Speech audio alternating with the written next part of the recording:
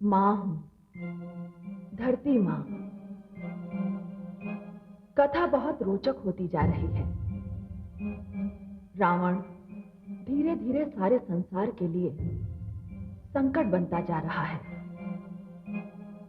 अभी तो ऐसा लगता है कि कोई उसकी राह नहीं रोक सकता, पर मैं जानती हूं कि अत्याचार जब भी अपनी सीमा लांघने लगता है तो मिट जाता है, और रावण के सर्वनाश का कारण अवश्य जन्म लेगा। और इस कारण का जन्म इसी पुत्र कामेष्टि यज्ञ से होगा, जो अभी अभी संपन्न हुआ है। महादेवी धरती की ओर मेरे प्रस्थान की भूमिका बन गई। मेरे मानव अवतार की घड़ी निकट आ गई। अब और विलंब नहीं कर सकता। और मैं कमल नयन, आप मुझे एकाकी छोड़कर चले जाएंगे? और मैं क्षीर सागर की लहरें गिनती रह जाऊंगी?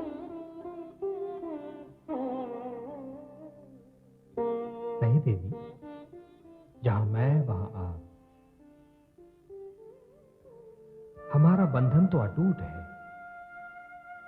हमारा वियोग क्षणिक है देवी, किंतु मिलन अनंत है। धरती पर आपके शुभागमन की विधि भी संपन्न होगी। आप शीघ्र ही धरती पर मुझसे मिलने आएंगी। हे कमल नयन, हे सर्वेश्वर, हे नीलकांत, आपको कोटि कोटि प्रणाम।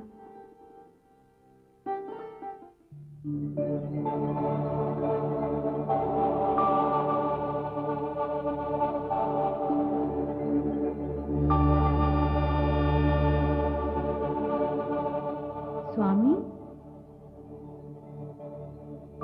स्वामी, स्वामी,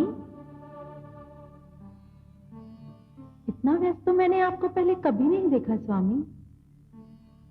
भाग्य लेख लिखना तो आपका नित्य का कार्य है, परंतु आज किसका भाग्य लिख रहे हैं आप, जो आप स्वयं अपने ही लिखे में खो गए?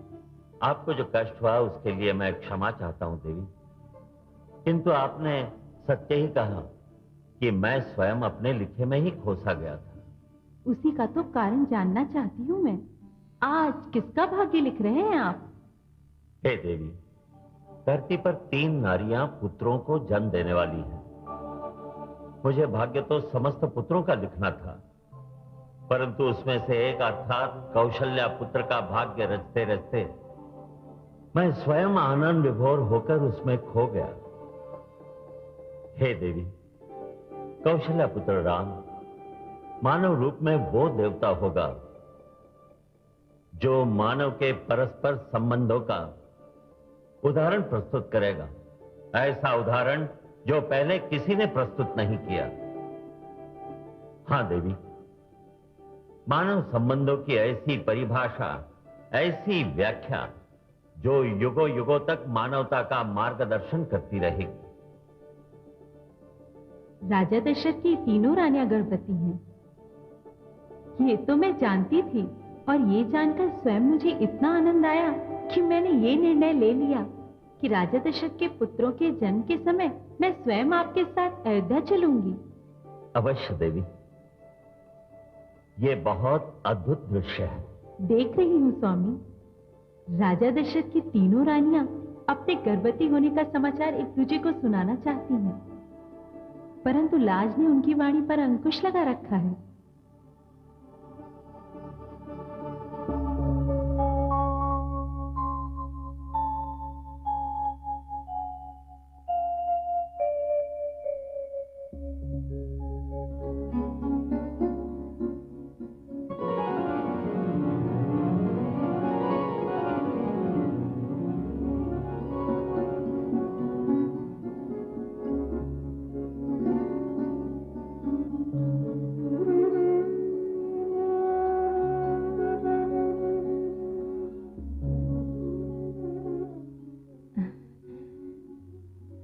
मैं समझ गई दीदी, दीप जलाने का अर्थ क्या है। आपकी अनुमति हो तो मैं भी एक दीप जलाऊं?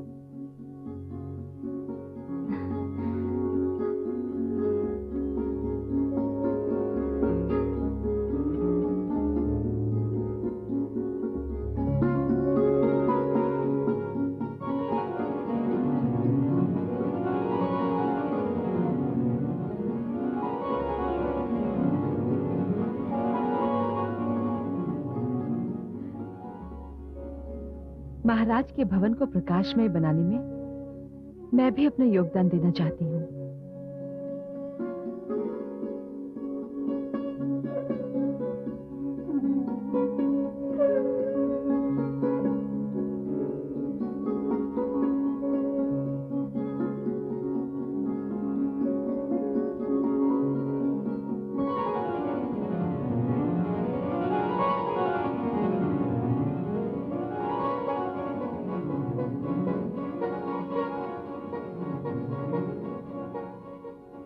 महारानी सुमित्रा, तनिक देखो तो सही, कैकेयी का मुख कैसा दमक रहा है।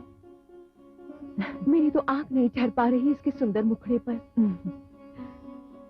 आप दोनों ये इसलिए कह रही हैं क्योंकि आपके नेत्र अपना अपना मुख नहीं देख सकते।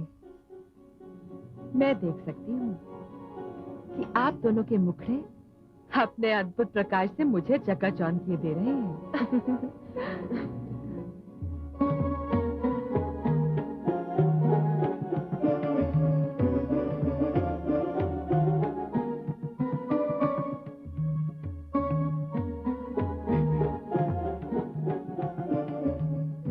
दीपक तो इस भवन में हर रात्र प्रज्वलित होते हैं, किंतु आज आप तीनों के दमकते मुखमंडल देखकर तो लगता है कि इन दीपकों की कोई आवश्यकता ही नहीं।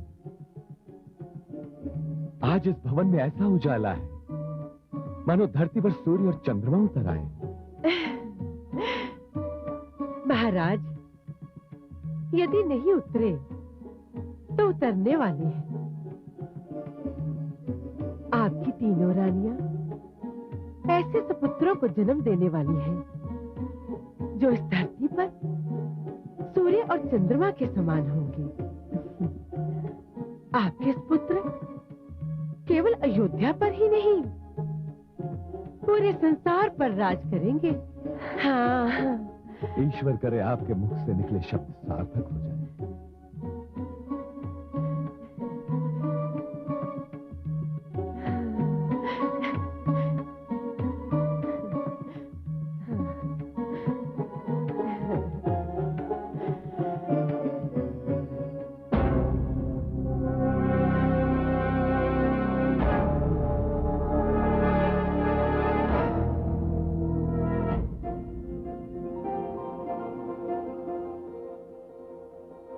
कमल नयन, आपको इतना आनंद विभोर मैंने पहले कभी नहीं देखा। आज तो आप आनंद से झूम रहे हैं। हाँ महादेवी, धरती पर चैत्र मास का आगमन होने वाला है और पृथ्वी पर मेरे आगमन की प्रतीक्षा इसी चैत्र मास में होगी। मेरी मानव लीला का आरंभ होते ही आपको भी अपनी भूमिका निभाने के लिए धरती पर अवतरित होना पड़ेगा। तो मुझे भी उस क्षण की प्रतीक्षा करनी होगी जब राजा जनक अपने हाथों में हल थाम लेंगे।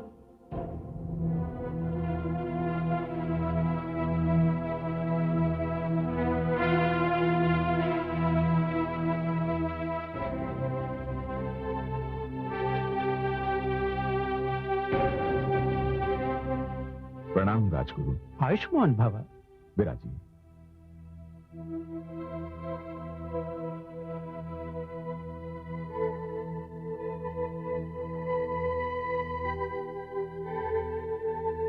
राजगुरु, मैं कब से प्रतीक्षा कर रहा हूं कि अपनी कृषक प्रजा के साथ मिलकर हल चलाऊंगा। कितने दिन बीत गए, परंतु अभी तक मेरे लिए हल का प्रबंध नहीं किया गया। इस विलंब का कारण क्या है राजगुरु?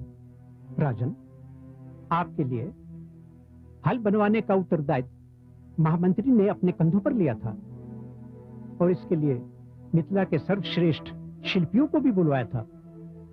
मैं समझा नहीं राजगुरु, एक हल बनवाने के लिए श्रेष्ठ शिल्पियों की क्या आवश्यकता है?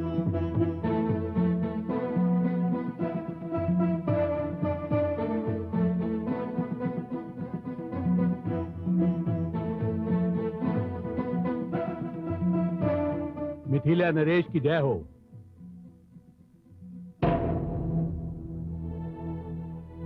महामंत्री जी, ये क्या है? हल बनवाने में जो विलंब हुआ महाराज, उसके लिए मैं क्षमा चाहता हूँ। मुझे आपके लिए आपकी महिमा को ध्यान में रखकर ये हल बनवाना था। विलंब का यही कारण है महाराज। ये आप क्या परिहास कर रहे हैं महामंत्री जी? भला मैं ये स्वर्ण हल चलाऊंगा? आप राजा हैं, क्या आप साधारण किसानों की भांति साधारण हल चलाएंगे? धिक्कार है, धिक्कार है ऐसे राजा को जो अपने किसानों का दुख और उनकी दुर्दशा को भूलकर स्वयं ये सोने का हल चलाएगा। महामंत्री जी, जब तक मैं अपने राज्य के कृषकों के लिए ऐसा सोने का हल नहीं बनवा पाता, तब तक मैं स्वयं को भी इसका अधिकारी नहीं समझता। जाइए, जाइए और जाकर मेरे लिए भी उसी प्रकार का हल बनवाइए जो मेरे राज्य के कृषक चलाते हैं। जाइए। जो आज्ञा महाराज। चलिए।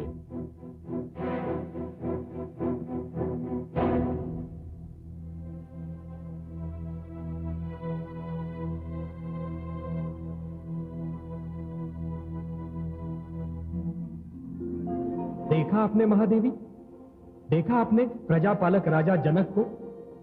उन्हें अपनी प्रजा के सुख दुख का कितना ध्यान है। इसी कारण तो उन्हें जनक अर्थात पिता कहा जाता है। हर राजा को ऐसा ही होना चाहिए महादेवी।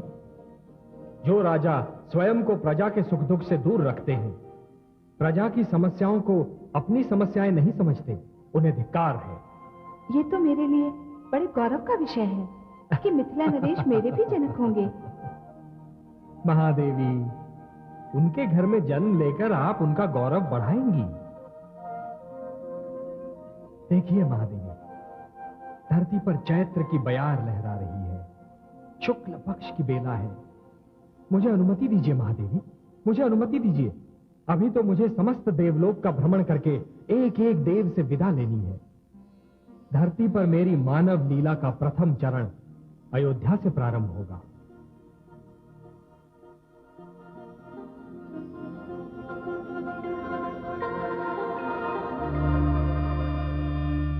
नारायण नारायण। हे लक्ष्मीपति, मैं पृथ्वी पर आपकी यात्रा का अभिनंदन करता हूं। आपने सिद्ध कर दिया कि आपको धरती और मानव के कल्याण की कितनी चिंता रहती है। हे जगदीश्वर, पृथ्वी वाले अज्ञान के अंधकार में आपको भूल सकते हैं, किंतु आप पृथ्वी को दिया हुआ अपना वचन नहीं भूल सकते। ओम पूर्णमदः पूर्णमिदं पूर्णात् पूर्णमुदच्यते पूर्णस्य पूर्णमादाय पूर्णमेवावशिष्यते।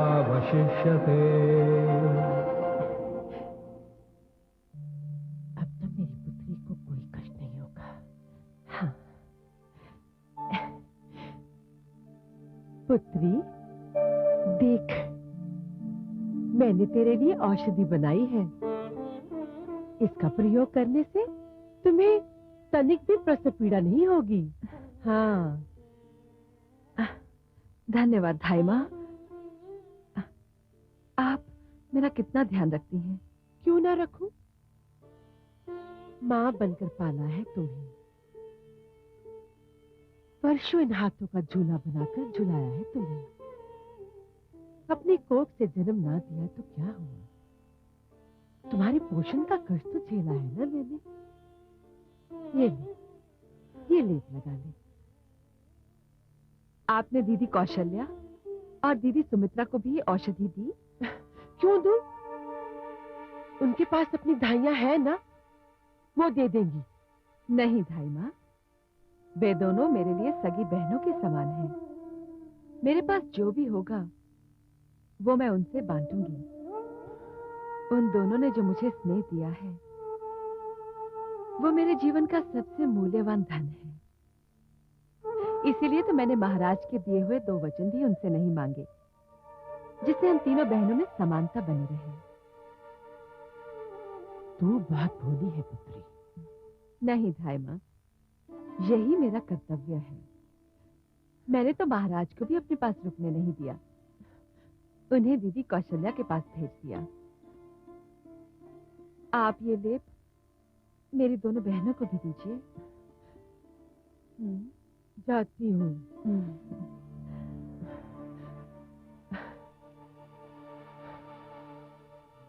तो निरी मूर्ख है पुत्री।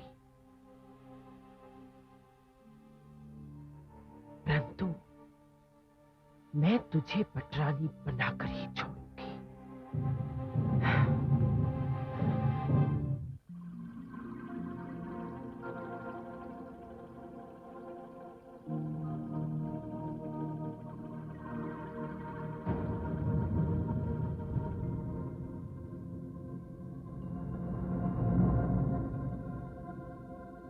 प्रणाम है आदि प्रजापति।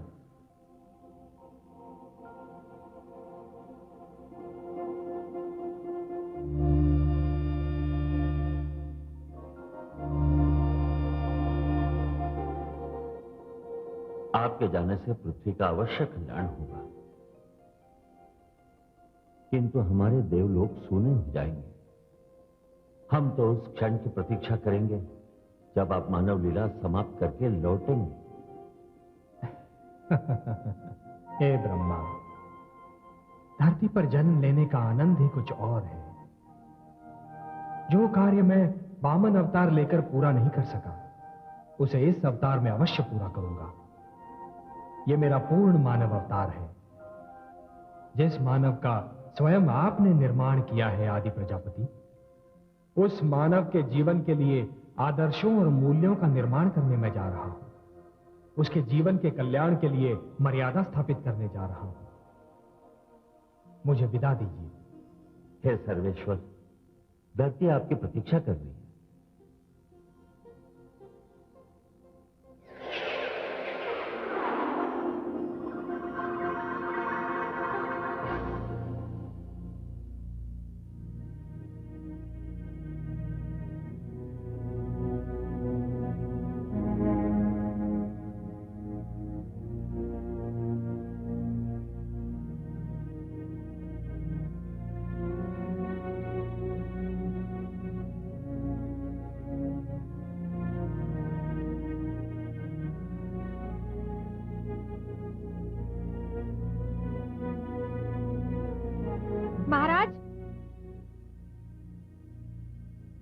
महाराज की जय हो। तीनों रानियों को प्रसव पीड़ा आरंभ हो रही है। बधाई हो महाराज, बधाई हो। बधाई हो महाराज, बधाई हो। अभी कुछ समय पूर्व ही जब मैं अपने आश्रम से आपके भवन की ओर आ रहा था, तो मैंने एक अद्भुत दृश्य देखा। मलय पवन डोलने लगा, उपवन में फूल खिलने लगे और मुरझाए हुए फूल भी निखरने लगे। अयोध्या के सारे उद्यान लहलहा उठे, आकाश मुस्कुराने लगा और सरयू की लहरें गीत गाने लगी। महाराज, राजन, ऐसा प्रतीत होता है जैसे आपकी रानियां संतान को नहीं, इतिहास को जन्म देने वाली है। इस समय तो मेरी केवल एक ही चिंता है गुरुदेव, कि जो होना है वो कुशलता पूर्वक हो जाए,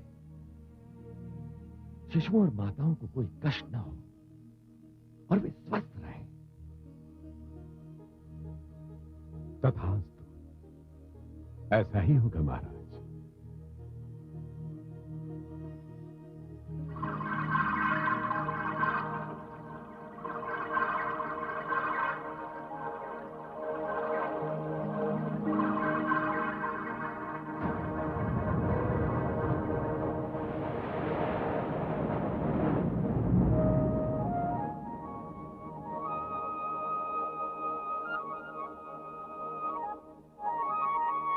हे लक्ष्मीपति, आपके धरती पर अवतरित होने का शुभ समाचार सुनकर हम सभी देवताओं ने निर्णय किया है कि हम भी धरती पर जन्म लेंगे और आपकी लीला में यथाशक्ति योगदान करेंगे।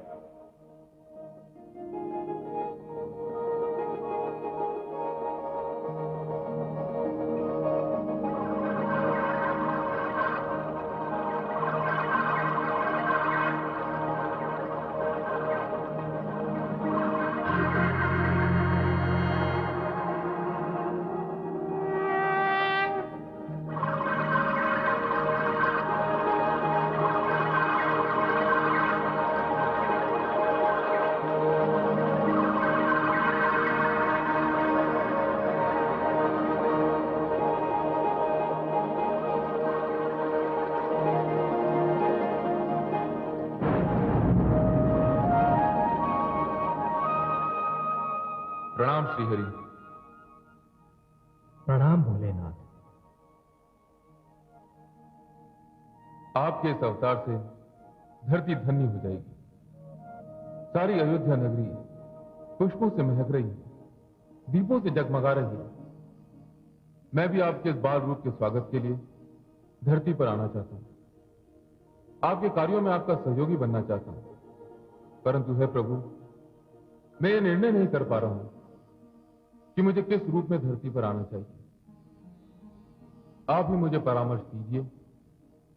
हे भोलेनाथ, देवर्षि नारद ने क्रोध में आकर मुझे एक शाप दिया था कि कभी मुझे वानरों से सहायता मांगनी होगी।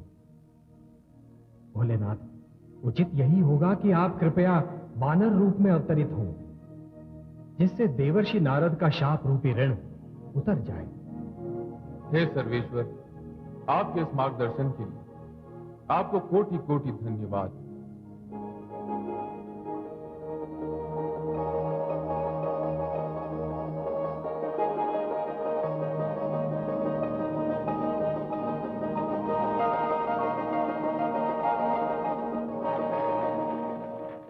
ओम भूर्भुवस्वः तत्सवितुर्वरेण्यं भर्गो देवस्य धीमहि धियो यो न प्रचोदयात्। ओम भूर्भुवस्वः तत्सवितुर्वरेण्यं भर्गो देवस्य धीमहि।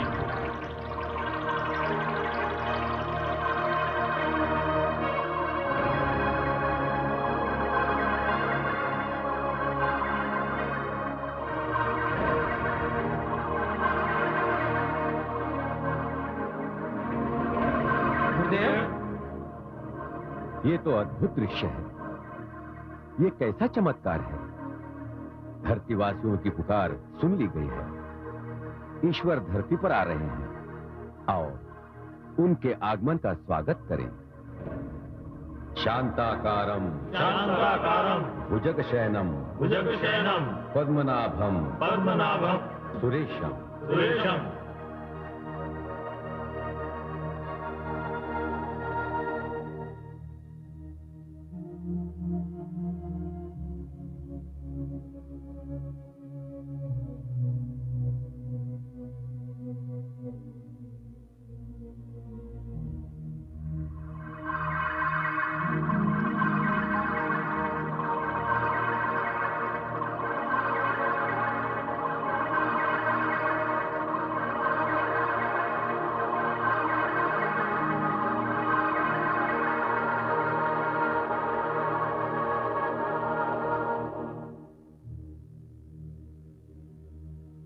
ये कैसा प्रकाश पुंज था गुरुदेव? आप लोगों ने देखा? हाँ हाँ महाराज, यह प्रकाश पुंज हमने भी देखा। राजन, ये तो शुभ संकेत है। आपके भवन में कोई महान आत्मा पधारी है। महाराज की जय हो, महाराज की जय हो। महाराज, पूरी अयोध्या नगरी आश्चर्यचकित है। सारे नगर ने आकाश मार्ग से एक बाल रूपी प्रकाश को राजभवन की ओर आते देखा है। पूरे आकाश में सुंदर सुंदर रंग दिखाई दे रहे थे और सारे नगरवासी महाराज के आंगन में संतान की किलकारी गूंजने की प्रार्थना कर रहे हैं। मात्र नगरवासियों को ही नहीं राजन, अभी तो पूरे संसार को एक शुभ समाचार मिलने वाला है। अयोध्या वासियों से कहा जाए कि वो उत्सव की तैयारियां करें। जो आज्ञा महाराज।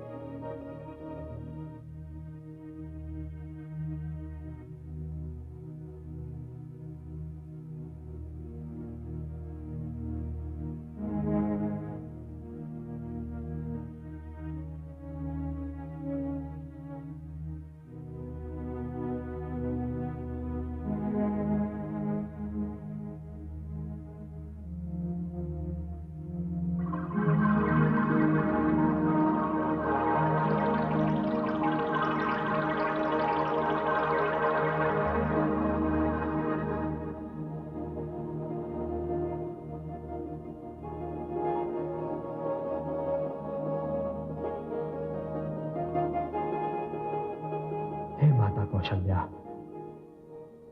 यह मेरा परम सौभाग्य है कि मैं आप जैसी देवी की कोख से जन्म लेने वाला हूं।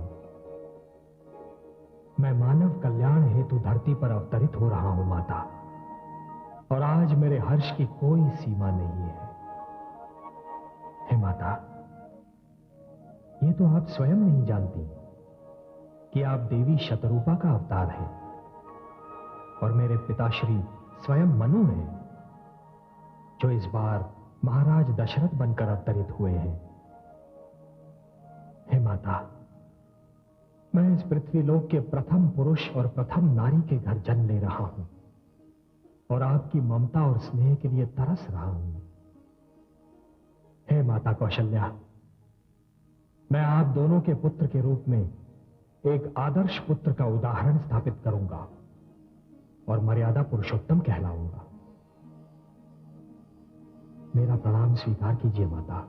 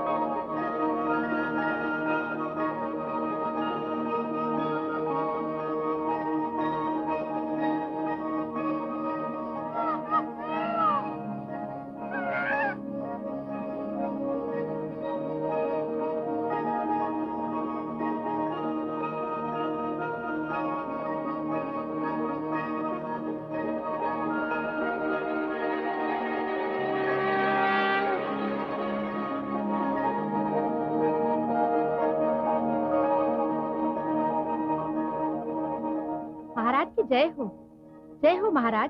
महारानी कौशल्या ने कमल समान पुत्र को जन्म दिया है। बधाई हो महाराज, बधाई बधाई हो। हे महाराज, उनका कक्ष प्रकाश से दमक रहा है और सुगंध से महक रहा है। शीघ्र चलिए।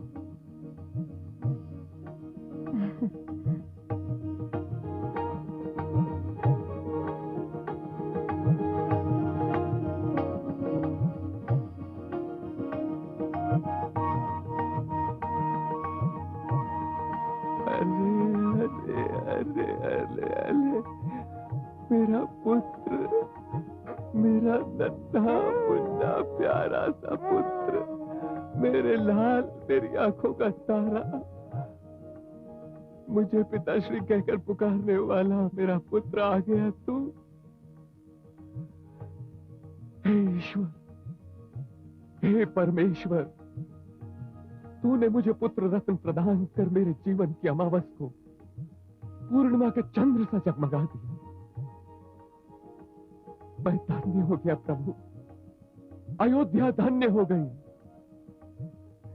मेरा पुत्र, मेरा उत्तराधिकारी, मेरे लाल।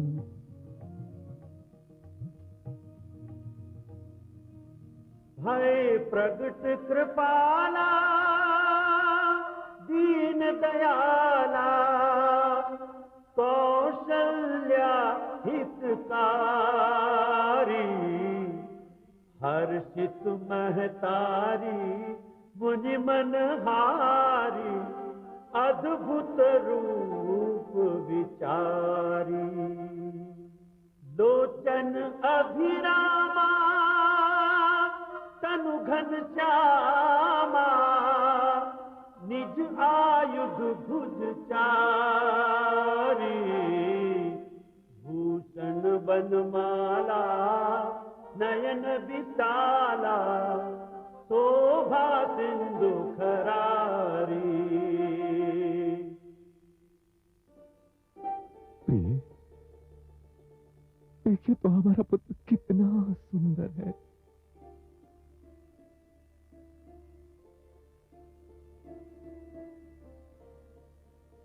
हमारी ज्येष्ठ रानी ने हमें ज्येष्ठ पुत्र भी प्रदान कर दिया।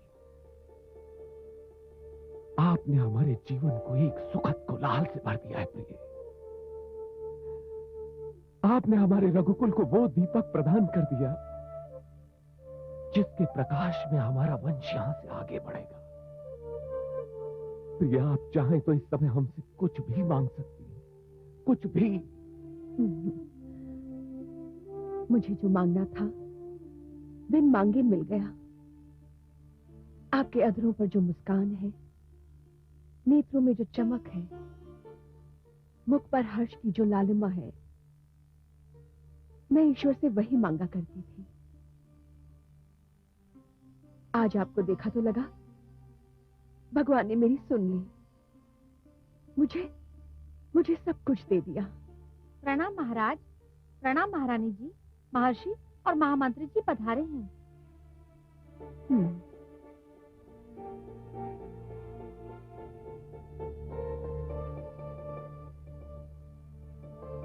आइए गुरुदेव, आइए। प्रणाम गुरुदेव। सौभाग्यवती। आह, मैं धन्य हुआ।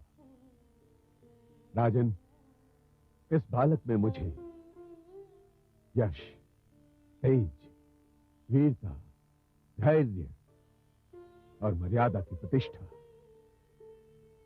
तथा चरित्र की महानता का बाल रूप दिखाई दे रहा है। अब मुझे ज्ञात हुआ कि अयोध्या में अचानक ही वसंत क्यों छा गया था, उसका कारण क्या था। गुरुदेव, एक संतानहीन पिता को पुत्र जन्म पर जो हर्ष होता है वो तो मुझे है ही, किंतु न जाने क्यों मुझे ऐसा लग रहा है कि मेरा ये नवजात शिशु पुत्र से कुछ बढ़कर है। कौन है ये समझने में मैं असमर्थ हूं। आपको समझने की आवश्यकता ही नहीं है राजन। ये बालक स्वयं समझा देगा कि ये कौन है, क्या है। गुरुदेव, मैं अपने इस पुत्र का कोई ऐसा नाम रखना चाहता हूं जिसे संसार कभी भूल न पाए। अवश्य राजन, आज चैत्र मास के शुक्ल पक्ष की नवमी तिथि है। पुनर्वसु नक्षत्र है और कर्क लग्न में राजमहिषी कौशल्या ने इस अनन्य बालक को जन्म दिया है। इसके स्वयं के ग्रह भी महान है। इस समय सूर्य, मंगल, गुरु, शुक्र, शनि, ये सभी ग्रह अपने उच्च स्थान पर हैं। आपके घर में साक्षात ब्रह्म ने जन्म लिया है राजन। इस बालक का नाम राम के अतिरिक्त और कोई हो ही नहीं सकता। राम।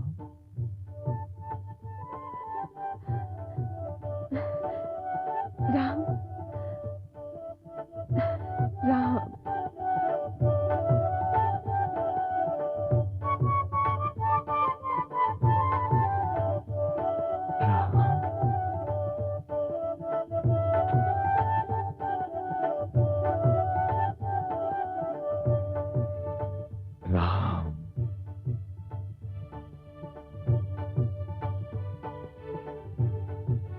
महामंत्री सुमंत, सारी अयोध्या में घोषणा करवा दीजिए कि हमारे घर रघुकुल के भविष्य ने जन्म ले लिया है।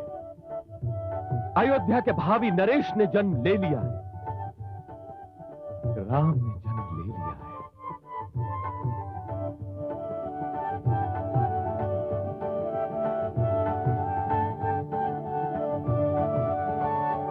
छोटी रानी, राम आ गए। विद्या में राम आ गए। हमारी अयोध्या में श्री राम आ गए। राम आ गए? हाँ छोटी रानी, बड़ी रानी ने सूर्य समान पुत्र को जन्म दिया है। अच्छा, सूर्य समान पुत्र? मूर्ख, दीपक को सूर्य कह रही है। सूर्य तो मेरी कैकेयी के गर्भ से उदय होगा। उसने उदय होने में विलंब अवश्य कर दिया है, पर जब वो निकलेगा तो सारे दीपक उसके प्रकाश के आगे मंद पड़ जाएंगे। उसका नाम राम रखा है? हाँ छोटी रानी, महर्षि ने उसका नाम यही रखा है। कितना प्यारा नाम है। हम सब तो ये नाम सुनते ही झूम उठे। राजभवन में चारों ओर राम के ही नाम की माला जप रहे हैं लोग। मुझसे रहा नहीं जा रहा है। मैं भी तो देखूं अपने राम को।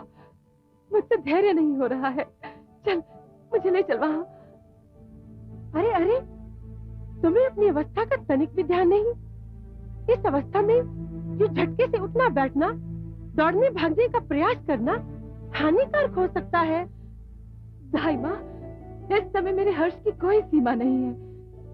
मैं अपनी बहन के पुत्र के दर्शन किए बिना नहीं रह सकती। आप जानती हैं राम ने मुझे क्या बना दिया है?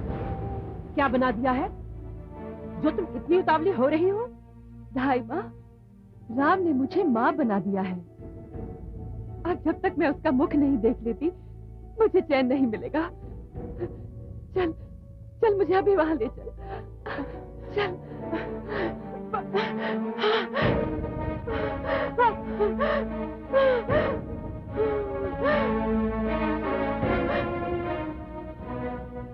हे ईश्वर, तूने एक बार फिर मेरी प्रार्थना अनसुनी कर दी। मैं तेरे आगे कितना गिड़गिड़ाई कि सबसे पहले संतान मेरी पुत्री को ही देना, किंतु हर समय तुम मेरी प्रार्थना सुनते समय ही बहरा क्यों हो जाता है?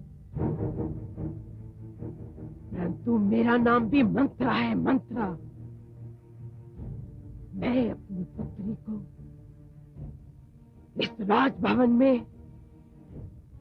सर्वश्रेष्ठ स्थान दिलाए बिना हार नहीं मानूंगी। और एक दिन मैं ये करके दिखाऊंगी, करके दिखाऊंगी।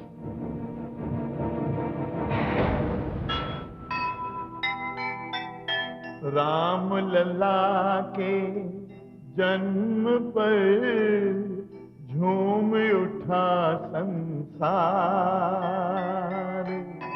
धरती से आकाश तक छाया हर्ष अपार। सुखद सूचना से हुए सब आनंद विभोर, उनको कैसे सहन हो जिनके मन में चोर, जिनके मन में चोर। जो सुनेगा ये पुराण पाएगा सुख और ज्ञान, पाएगा सुख और ज्ञान। कर्म को ही धर्म जान, प्रेम की तू छेड़तान, प्रेम की तू छेड़तान। बीते युग बता रहे हैं, बीते युग बता रहे हैं, सत्य पथ पे चल सुजान। विष्णु पुराण